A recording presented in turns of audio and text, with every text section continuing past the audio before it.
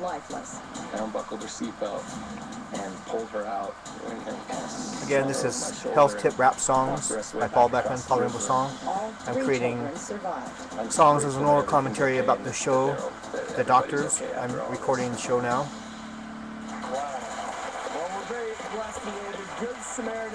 Today is January. Is here, former police officer Chris Wilden. Thank you so much, Chris, for joining us.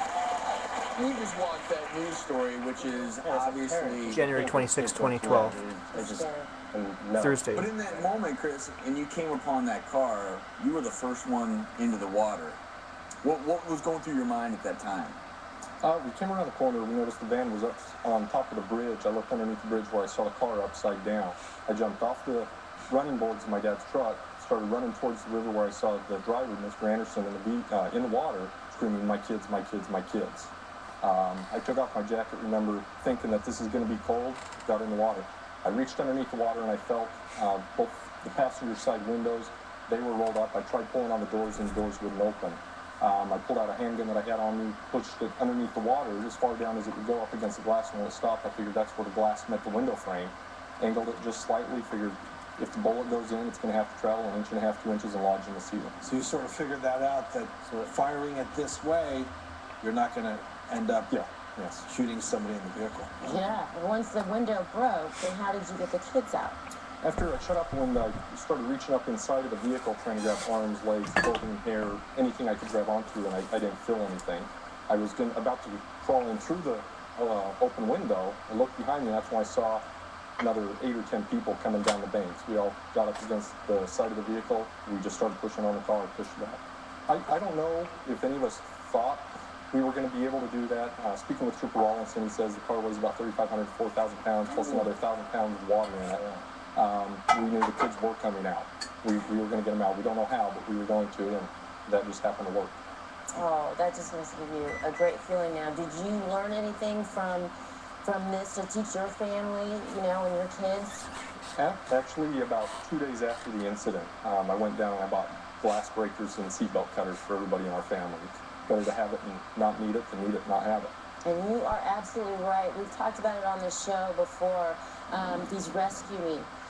And they just get clasped right onto your keychain, and you can take them off. They're reusable. They also have a knife on here that can, a blade that can actually cut through seatbelts. So, everyone should. And I gave last time we had this on our show, I gave my son this, and so it's a lifesaver. And so because we want everybody to have one, we're going to give the rescue me to everyone here today. We are so happy that this was such a great ending, and you are truly a hero. We thank you so much for telling your story and for doing what you did. Thank you. Let's move on. Our next H word is hyperactivity. It's been in the news lately because of drug shortages that have parents panicked. High anxiety tonight among patients who take the popular drug Adderall. The blue pills you're looking at are in such tight demand, pharmacists are rationing them, and college students who take them for attention deficit disorder are beginning to panic. We're talking about Adderall, the medication now in short supply for reasons having to do with the illegal drug trade. The DEA has restricted the manufacture of Adderall's main ingredient because it is also a component in the manufacture of methamphetamine, or crystal meth. There's a lot of abuse of these medications, especially for college kids. So, over 5 million kids diagnosed with ADHD, 8 million adults diagnosed at one point. So it's a lot of medication being circulated out there, and it is a problem because the DEA, has to release some amphetamine to the drug manufacturers to make this, but they don't want too much of it out there, because if there's a lot of stockpiles, then it's easier for that to get into the wrong hands. And Jim, your specialty, I mean, you're in the front lines when it comes to making that call, evaluating kids at that age. Yeah. Is it being overdiagnosed? Oh, without a doubt. A lot of the times, this is diagnosed in just one quick appointment. Doctor, I'm having a hard time paying attention. I think I have ADHD. Okay, well, what are your symptoms? I can't pay attention. Okay, well, here's your prescription. You And think that is just dead wrong. Again, looking yeah, for that there's a quick lot of fix. pressure. The kids, you know, oftentimes their grades aren't doing well, and there's a lot of pressure to succeed in school, and they want the quick But fix. it's probably not in their best interest. Yeah, and it's not, because there's side effects. There's, you know, stunted growth, appetite suppression, depression in kids even. And we really don't know the long-term effects of this. You know, you can't just diagnose this in one quick appointment. There's got to be kind of a multi-faceted approach to this. So let's acknowledge that some kids obviously benefit greatly from being on these medications.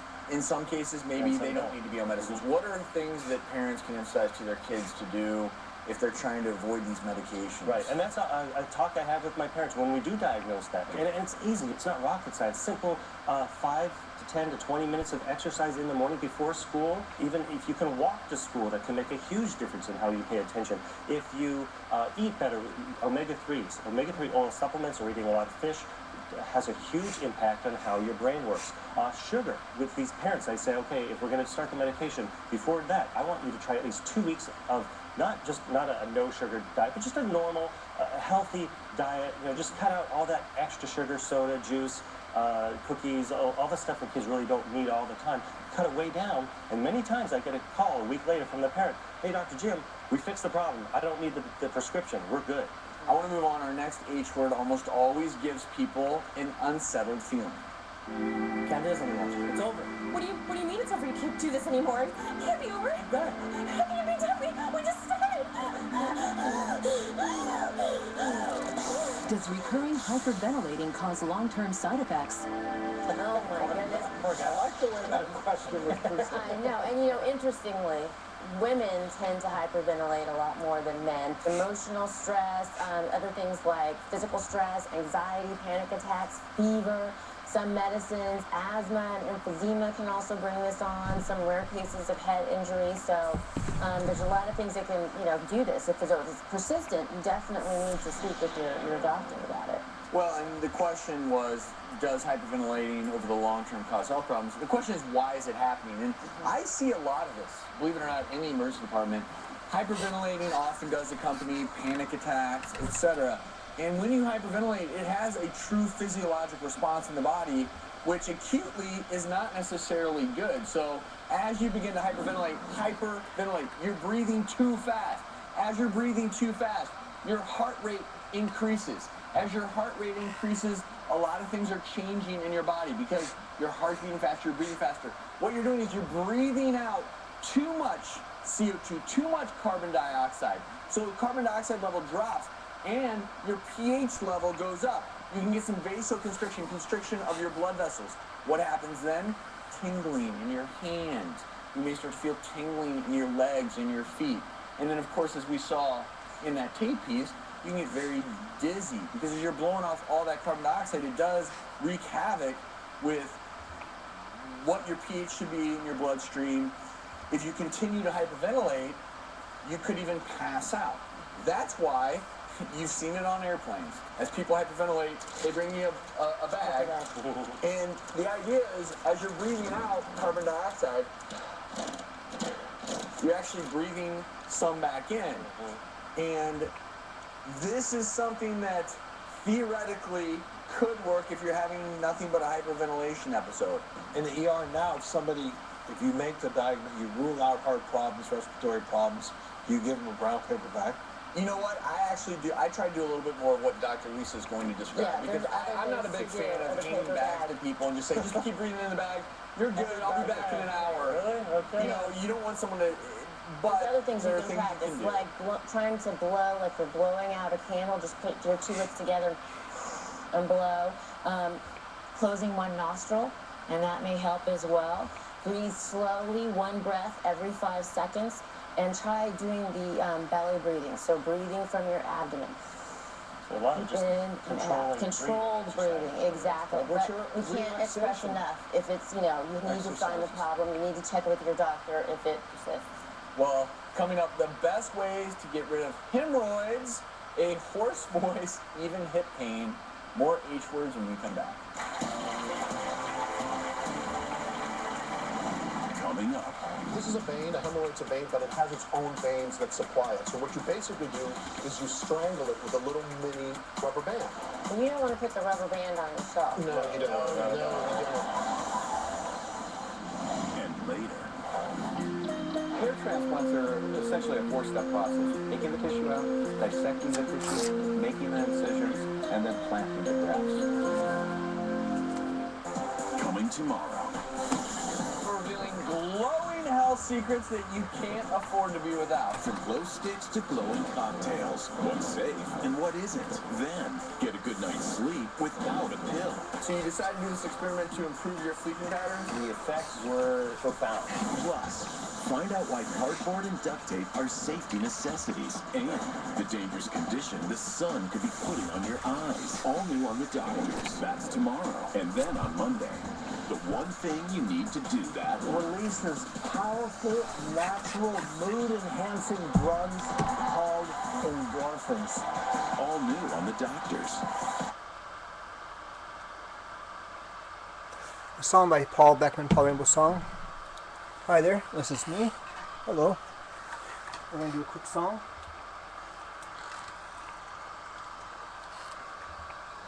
This song is going to be called Hyperventilation, using G7 and C.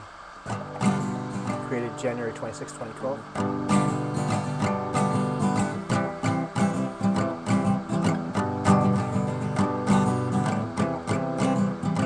Well, hyperventilation wreaks havoc with what your pH should be in your body, in your bloodstream, by breathing out too much CO2, too much CO2. Hyperventilation wreaks havoc with what your pH should be in your body. Your bloodstream is breathing out too much. Your bloodstream. The pH in your bloodstream is changed by breathing out too much CO2, and even breathe a little bit in now. Well, hey, hyperventilation. Try closing one nostril. Yeah, taking a breath every 5 seconds. Yeah. Slow it down. Girls hyperventilate more than men, so studies show. Well, there you go, a little you know. Hyperventilation, well, maybe when you get emotional, that's when you do it. And now you know what's happening, that's when you do it.